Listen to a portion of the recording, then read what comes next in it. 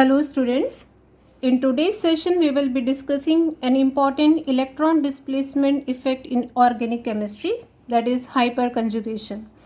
You know that there are four electron displacement effects, mainly four are there. These are inductive effect, electromeric effect, resonance effect or mesomeric effect and hyperconjugation.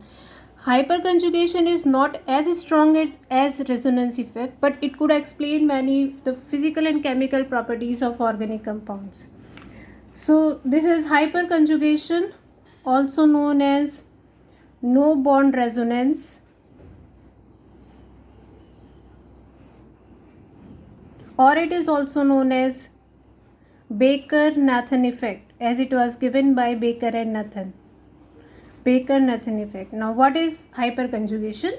It is a delocalization of sigma electrons of CH bond to empty or partially filled p orbital of the adjacent atom. So what is the condition? There must be an empty or partially filled p orbital on the adjacent atom. So empty or partially filled p orbital is present in sp2 hybridized carbon. So there are three conditions for hyperconjugation effect. First is there must be at least one sp2 hybridized carbon in the compound. So one sp2 hybridized carbon must be there. Second, carbon adjacent to sp2 hybridized carbon must be sp3 hybridized. So the hybridization of the carbon which is adjacent to sp2 hybridized carbon must be sp3. And third is there must be at least one alpha hydrogen for hyperconjugation to take place. I will explain you with an example. Suppose we have CH3 CH2 plus. Here this carbon, it is making three bonds, two with hydrogen, one with carbon. So this carbon is sp2 hybridized. This carbon is forming three bonds with hydrogen and one bond with carbon. It is sp3 hybridized.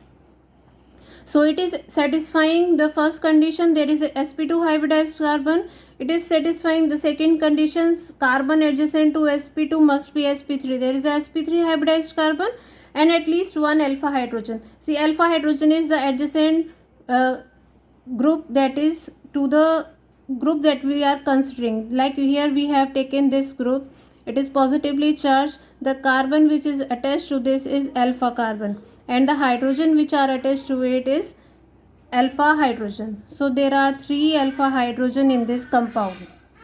Now let's understand this with the orbital diagram. See, these are three hydrogen attached here. There is a carbon. On this carbon there are two hydrogen and a p orbital is there, vacant p orbital. So if we draw the orbital diagram, what will be the orbital diagram? These are the hybridized orbital overlapping with hydrogen, and one bond is this. There is an empty p orbital here and two bonds with two hydrogen here. Clear? Now what will happen? Since these are in the plane, same plane, there will be a delocalization of the sigma electrons of CH bond to this empty p orbital. Due to this delocalization, this bond will acquire partial double bond character, and this phenomena is known as hyperconjugation.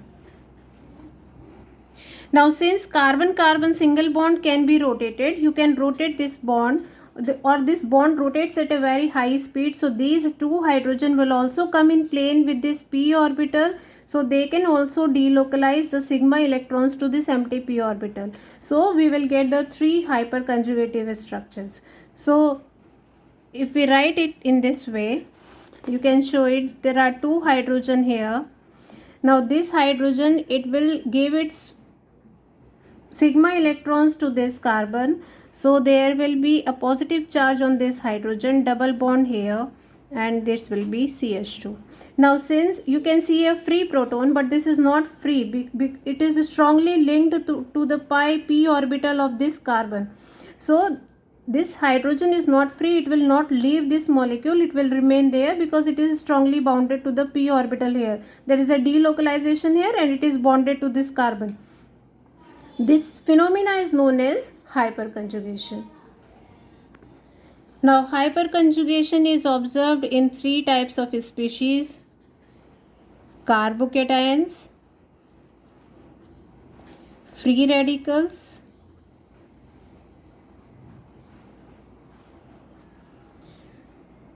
and alkenes. We will discuss them one by one how it is observed. See, first we will take carbocations here. Carbocation I have just discussed an example. Suppose we are taking CH3, CH2. There are 3 hydrogen here, single bond, and 2 hydrogen here, CH2 plus. Now there will be a delocalization of these sigma electrons of the carbon hydrogen bond adjacent to empty carbon having empty or partially filled p orbital. So there will be delocalization here. So there will be H plus. These bonds will remain as such, double bond here, and CH2. Again, this hydrogen can also share or delocalize its sigma electrons to this carbon. So it will be H plus, CH, H, double bond, CH2. Again another one. This hydrogen, if it is sharing hydrogen, these are bonded, double bond, CH2. So you will get these 4 hyperconjugative structures. So number of hyperconjugative structures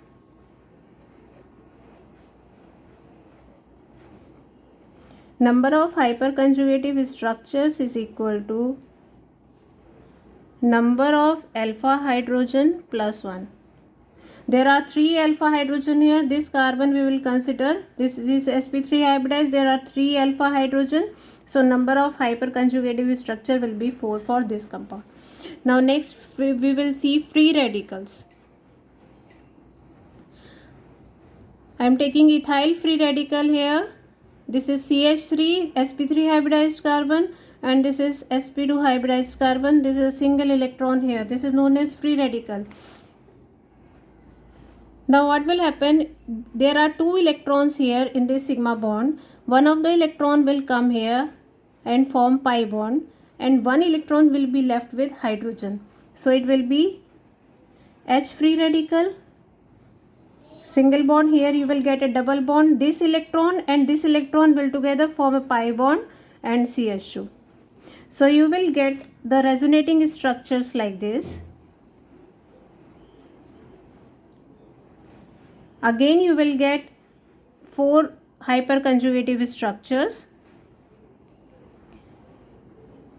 double bond, CH2. So all these 3 hydrogen can delocalize their sigma electrons to this carbon, and you will get the 4 hyperconjugative structures. Now coming to the alkenes. In alkenes, how the hyperconjugation takes place? Suppose this is CH3, CH, double bond, CH2. So what will happen first? This hydrogen here, it will share its, I am writing CH2H. This hydrogen will give its sigma electron here, it will delocalize here, and this pi electron will go to this carbon. So it will form CH, double bond, CH, single bond, CH2 minus. The electrons of this pi bond will be transferred to this carbon, and the sigma electrons of carbon hydrogen bond will be shifted here. So you will get this resonating structure. Again, it can delocalize its sigma electrons, and you will get again 3, because there are 3 hydrogen here, you will get 4 resonating structure in this way. So in this way you will get 4 resonating structures again. So hyperconjugation is observed mainly in carbocations, free radicals, and alkenes. I hope you have understood how to draw the resonating structures. So just you have to transfer the sigma electrons of sp3 hybridized carbon to the nearby position, and you will get the hyperconjugative structures. Now what are the applications of hyperconjugation? First is, it is used to explain the stability of free radicals and carbocations. I will explain how. See, this is CH3 thrice C, plus tertiary carbocation. This is CH3 twice CH plus secondary carbocation, CH3 CH2 plus primary carbocation, it is methyl carbocation. Another one we are taking D3 suppose. Okay. Now you have to arrange them in the decreasing order of their stability. Now you have to count the number of alpha hydrogen. So this is the carbon we are considering, and there are three methyl groups attached to this. So how many alpha carbons will be there? There are three alpha carbon. All these three are adjacent. See, this is the way they are arranged. CH3, CH3 and CH3. There is a positive charge here. So we are considering this carbon. Carbon adjacent to this carbon are known as alpha carbon. These are alpha carbons, and the hydrogen present on alpha carbon are known as alpha hydrogen. So how many alpha hydrogen are there? 9. In this, how many alpha hydrogen are there? 6. In this, alpha hydrogen is 3. In this, there is no alpha hydrogen, 0, and here also alpha hydrogen is 0. Clear? Now greater the number of alpha hydrogen, greater the number of alpha hydrogen, greater will be the number of hyperconjugative structures.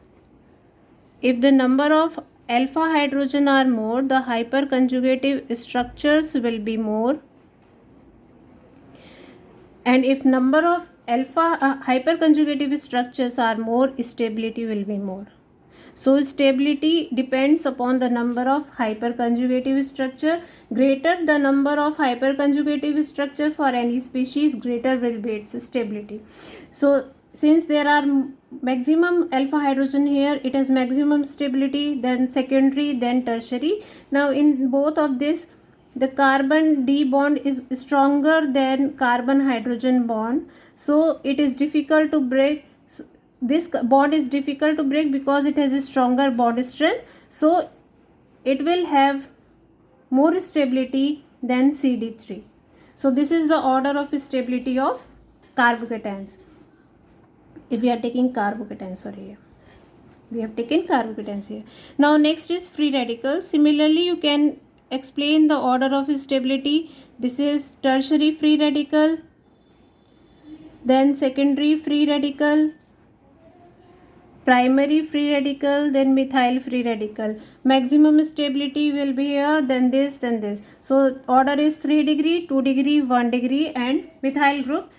And because as the number of alpha hydrogen decreases, the stability also decreases. So maximum alpha hydrogen are here 9 alpha hydrogen, here 6, here 3, and here no 0 alpha hydrogen. So the stability decreases in this order.